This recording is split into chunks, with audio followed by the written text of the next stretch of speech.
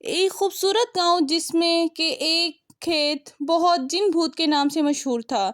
उधर तमाम लोग तरह तरह की बातें बनाते और उधर कोई भी खेती बाड़ी करने की कोशिश करता तो उसको तरह तरह की आवाज़ें आती, जो कि इतनी भयानक होती थी कि वो खौफज़दा होकर कुल्हाड़ी छोड़कर भाग जाते और वो पीछे मुड़कर ना देखते। और वो इस तरह आहिस्ता आहिस्ता खौफ फैलता गया। उसी गांव में एक न्यू किसान आते हैं और वो उसको खेत को ठेके पे लेते हैं। जब वो उधर खेती बाड़ी करने लगता है तो वो क्या करता है, तो वो आहिस्ता आहिस्ता आहिस्ता खेत के अंदर धंसने लगता है। वो अपने आप के बचाव के लिए आवाज़ें देता है मगर कोई नहीं सुनता। तभी एक आदमी वहाँ से गुज़र रहा होता है। वो उसको बचाने की कोशिश करता है लेकिन वो खुद गर्ज हो जाता है। वो सोचता है अगर मैंने इसको बचाया कहीं ये खेत मुझे ही ना खा जाए। छोड़ो परे, ऐसा करता हूँ मैं इस ज़मींदार के मालिक को बुला कर लाता हूँ, वो ही कुछ कर सकता है।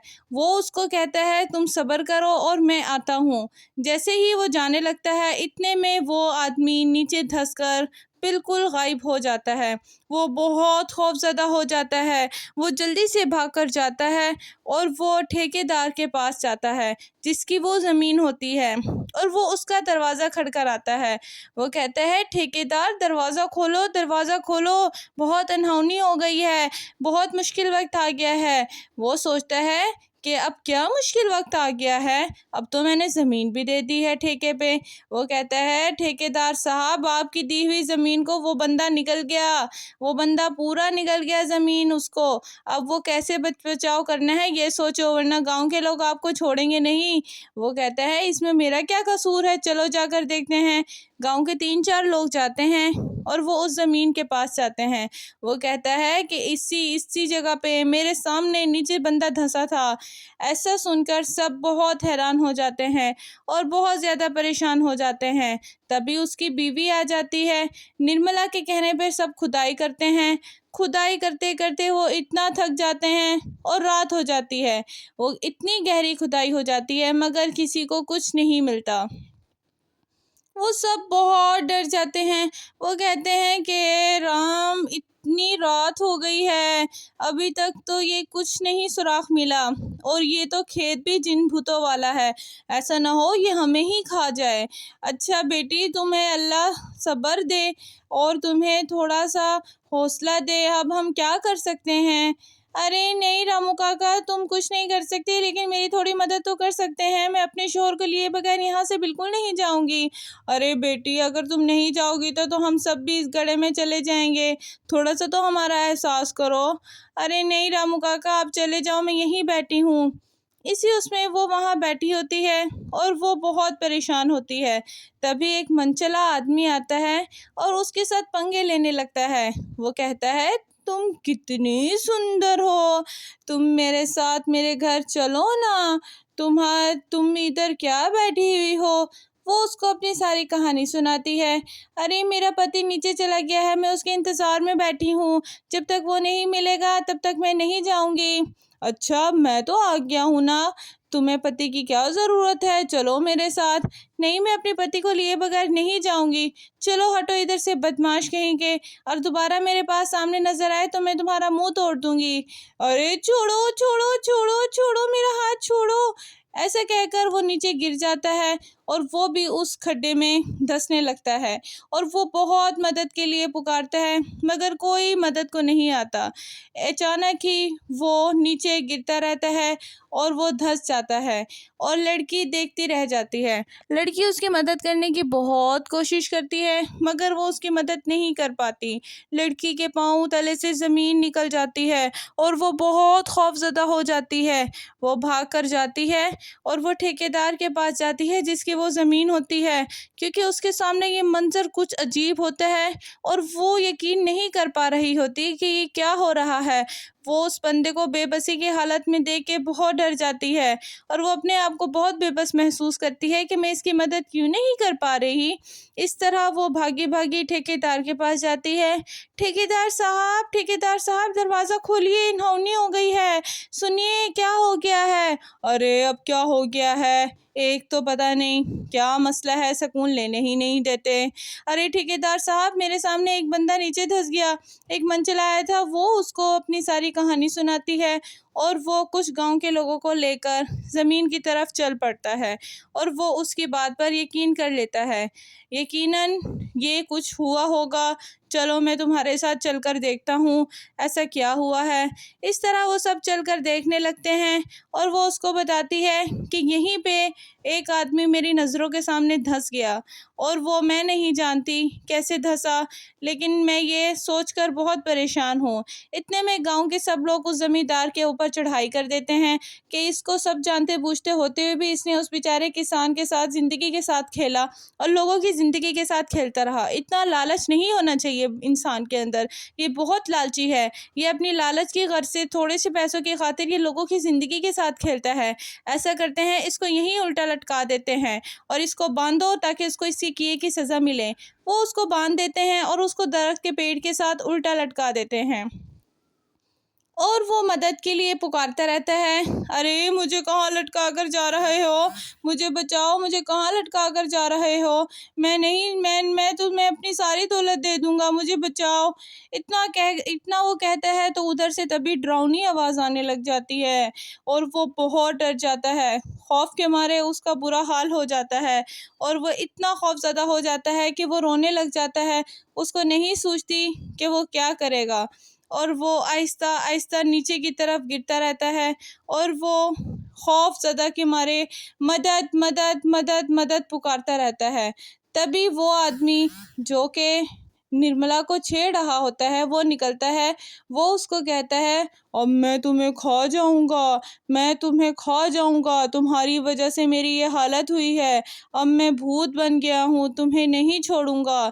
चलो मेरे साथ, मैं तुम्हें खाऊँगा।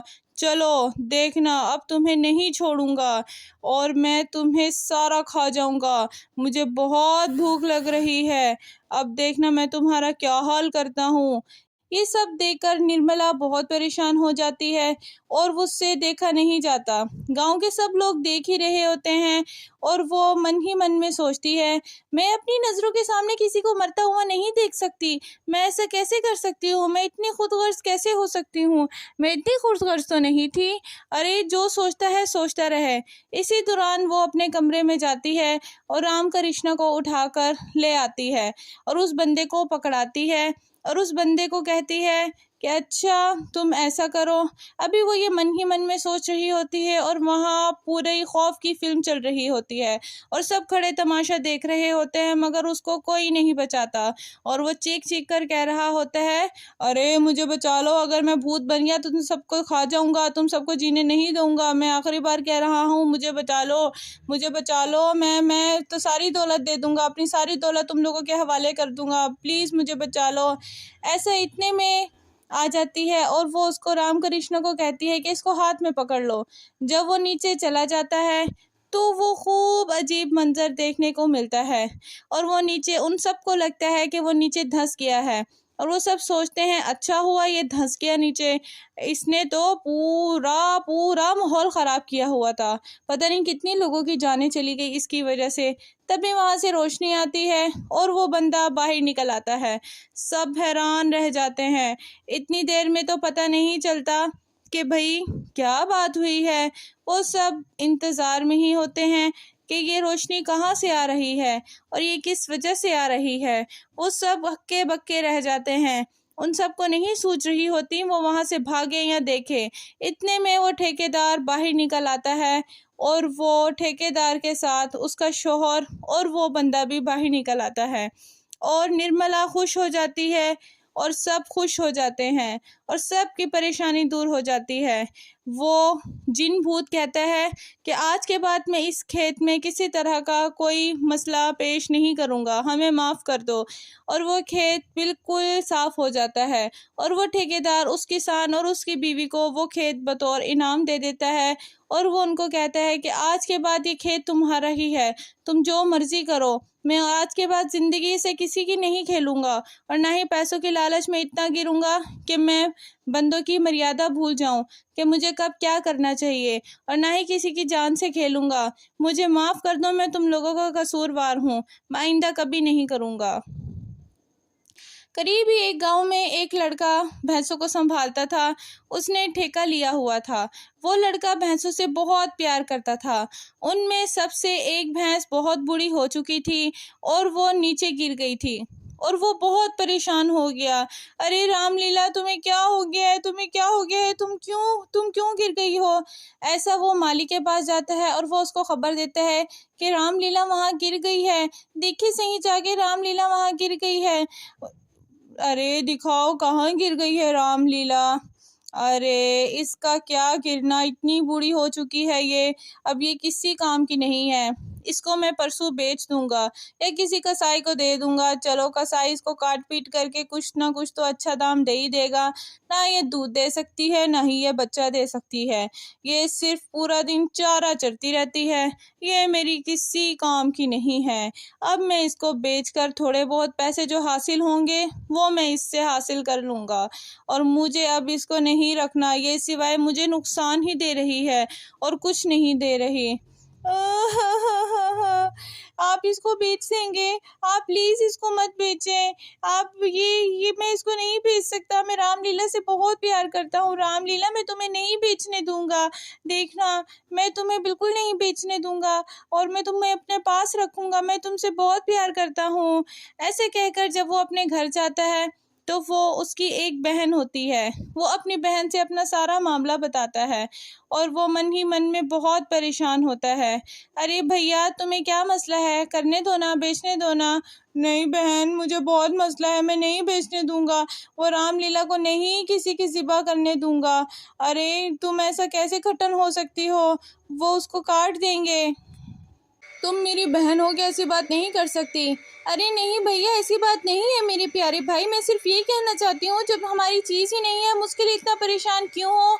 नहीं, वो रामलीला मेरी है। मैंने उसको परवरिश की है। मैं उसकी देखभाल करता हूँ। मुझे उससे बहुत मोहब्बत है और मैं उसको नहीं छोड़ सकता। मैं बता रहा हूँ, मैं उसको नहीं काटने दूंगा। ऐसा कहकर उसको तेज़ बुखार हो जाता है और वो बुखार में भी बड़बड़ा रहा होता है। रामलीला, रामलीला, मैं तुम्हें नहीं छोड़ूंगा। रामलीला, मैं तुम्हें नहीं छोड़ूंगा। रामलीला, मैं तुम्हें नहीं छोड़ूंगा। उसकी बहन बहुत परेशान होती है क्योंकि उसका एक ही भाई होती है। उसका माता पिता नहीं होते हैं, वो फौत चुके होते हैं। लेकिन लेकिन वो हिम्मत नहीं हारती। वो मन ही मन में एक बात सोचती है और वो ठेकेदार साहब के पास चल पड़ती है। ठेकेदार साहब, मैं आपसे गुजारिश करती हूँ, अगर आप मेरी गुजारिश कबूल करें। हाँ बेटी, करो, क्या बात है, क्या गुजारिश करनी है? दरअसल मैं रामलीला को ख़रीदना चाहती हूँ और मैं कह रही हूँ मैं हर महीने आपको 20,000 देती रहूँगी और आपको कभी शिकायत का मौका नहीं होगा। सूद के साथ मैं आपको 20,000 दे दूँगी और 2 साल में आपके सारे पैसे उतर जाएंगे। अरे तुम बेवकूफ़ हो, तो किसी काम की नहीं है। तुम इतना महंगा सौदा क्यों कर रही हो? छोड़ो उसको मैं कसाई को दूंगा ताकि थोड़ा दाम आए। तुम इतना परेशान क्यों हो रही हो? अरे छोड़ो उसको, और मैं उसकी बात कर चुका हूँ। मुझे उसको बेचने दो ताकि थोड़े बहुत पैसे मेरे हाथ में आ जाएं। अरे नहीं ठेकेदार साहब, आप मेरी बात को समझे। मेरा भाई बहुत बीमार है और मैं उसके लिए कुछ भी कर सकती हूँ। एक वही तो है मेरे पास मेरा सहारा, और तो कोई नहीं है। अच्छा, जैसा तुमको मुनासिब लगे, लेकिन पैसों में कोई कमी बेशी नहीं होनी चाहिए। ऐसा ली है। हाँ अप्पी, मैं इसका खूब ख्याल रखूँगा, आप टेंशन ना लो।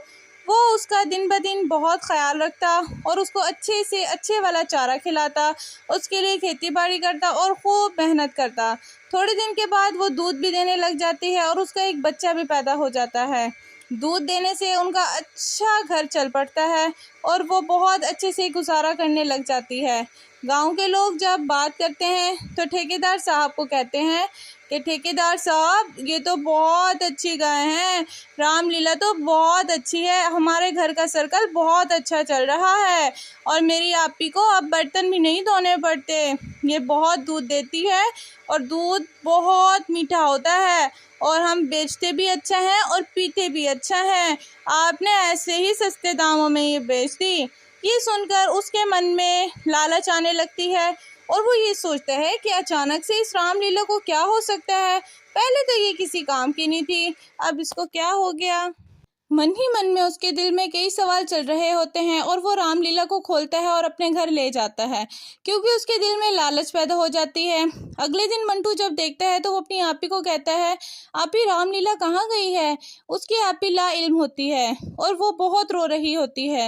वो कहती है, मुझे लगता है ठेकेदार साहब के दिल में लालच आ गई है, वो हमारी रामलीला को खोल कर ले गए हैं। इस बात पर मंटू कहता है, ऐसा कैसे हो सकता है, उसने तो 2 साल का वादा किया था और हम तो उसको बर वक्त पैसे भी देते थे। ये ऐसा कहकर जाता है मंटू और अपनी रामलीला को खोल कर ले आता है और वो रामलीला के सामने बहुत रोता है। वो कहता है, अरे रामलीला, मैं तुम बहुत बहुत परेशान हूँ। ठेकेदार साहब ने कहा है कल ही अगर पूरे पैसे ना दिए तो ये रामलीला को मैं बेच दूंगा और मैं तुम्हें नहीं खोना चाहता। ऐसे कहकर रामलीला उसके हाथ अपने मुंह में लेती है और वो एक पेड़ के पास ले चलती है। अरे रामलीला, छोड़ो छोड़ो, कहाँ लेकर जा रही हो मुझे। और वो पेड़ को जोर जोर से टक्करें मारती है। जब वो जोर जोर से टक्करें मारती है तो ऊपर से अचानक सोने के सिक्के गिरने लगते हैं और वो उनको उठाता है और वो दिनों में ही अमीर हो जाता है और वो ठेकेदार साहब को सारे सिक्के देता है और वो रामलीला को खरीद लेता है और वो बहुत खुश होता है। वो कहता है, अब रामलीला, तुम्हें मुझसे कोई जुदा नहीं कर सकता। दिन गुजरते जाते हैं। ठेकेदार साहब बहुत हैरान होता है, वो मन ही मन में बहुत परेशान होता है। वो गांव वालों को बातें सुनते देखता है तो वो बहुत लालच आ जाती है उसके दिल में। गांव वाले कह रहे होते हैं, अरे रामलीला जैसी भैंस उसके नसीब में तो क्या आई, वो तो दिनों में उसके दिन बदल गए, इतने अमीर हो गए कि जिसकी कोई हद नहीं। उनके घर में तो रोटी के लाले पड़े होते थे, अब तो इतना अच्छा खाते पीते हैं, पता नहीं कहाँ से ये मसला हल हो गया है। ठेकेदार साहब ने तो बहुत घाटे का सौदा कर लिया। ठेकेदार साहब को ऐसी बेवकूफ़ी नहीं करनी चाहिए थी। जादुई भैंस है वो तो, जादुई भैंस।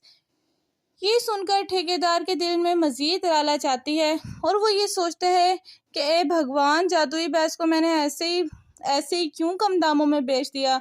देखना, मैं अपनी रामलीला को लेकर आऊँगा और मैं उससे पैसे बहुत ज़्यादा कमाकर दुनिया का सबसे अमीर तरीन इंसान बन जाऊँगा। ऐसे कहकर वो रामलीला के पास जाता है और वो रामलीला को कहता है कि रामलीला, चल, मुझे भी जादू दिखा अपना। मैं दुनिया का सबसे अमीर इंसान बनना चाहता हूँ, तो मैंने तेरा बहुत साथ दिया है। ऐसा जब वो कह रहा होता है, रामलीला उसका भी हाथ अपने मुंह के अंदर लेती है और उसको लेकर चल पड़ती है। जब रामलीला उसका हाथ अपने मुंह में लेती है तो वो बहुत हैरान हो जाता है और वो मन ही मन में बहुत कुछ सोच रहा होता है। रामलीला उसका हाथ मुंह में लेकर चल पड़ती है और वो उसको बहुत मना करता है। वो उसको पेड़ के पास ले चलती है और पेड़ पे बहुत जोर जोर से टकरे मारती है। जब वो टकरे मार रही होती है तो पेड़ पे से एक सोने का कंगन आ गिरता है। जैसे ही वो कंगन गिरता है तो वो बहुत खुश हो जाता है। आहिस्ता आहिस्ता उसके दिल में बहुत मज़ीद लालच हो रही होती है और वो ये देखकर सोचता है कि अब मैं बहुत ज़्यादा अमीर हो जाऊंगा। देखना, ये तो वाकई जादुई भैंस है। मैं तो बहुत ज़्यादा बेवकूफ़ था कि मैंने इसको मंटू को दे दिया और मैंने इसकी कदर नहीं की। अब मैं देखना कितना अमीर हो जाऊंगा। अभी उसके हाथ में सोने का कंगन होता ही है कि इतने में गांव वाले वहां से गुजर रहे होते हैं। वो कहते हैं, अरे भाई, ये तो वही कंगन है ना जो कल पुलिस थानेदार की बीवी का चोरी हो गया था। ये तो वही कंगन है, ये ठेकेदार चोर निकला। तोबा तोबा, जिसके पास इतना पैसा होता है वो भी आजकल चोरी करने से बाज नहीं आते। चलो, तुम्हें तो थानेदार साहब देखेगा। अरे नहीं भाई, मैंने चोरी नहीं किया, ये तो मेरी जादुई भैंस ने दिया है। अरे जाओ जाओ बेवकूफ़, किसी और को बनाना, तुमने चोरी ही किया है। और अब देखना, हम तुम्हारी शिकायत ज़रूर लगाएंगे। वैसे भी तुमने हमारा बहुत नुकसान किया हुआ है।